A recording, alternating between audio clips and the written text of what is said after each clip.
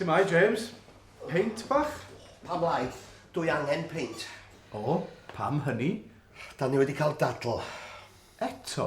Ia, eto. Am be? Am waith ti. Be?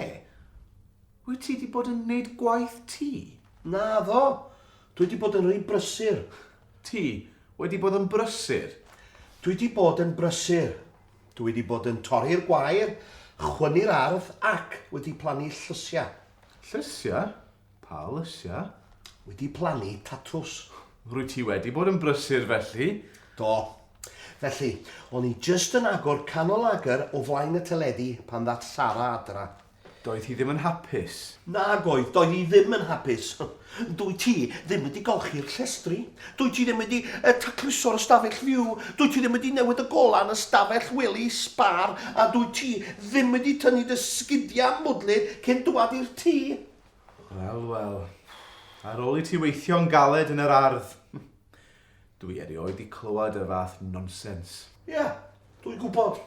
Genod.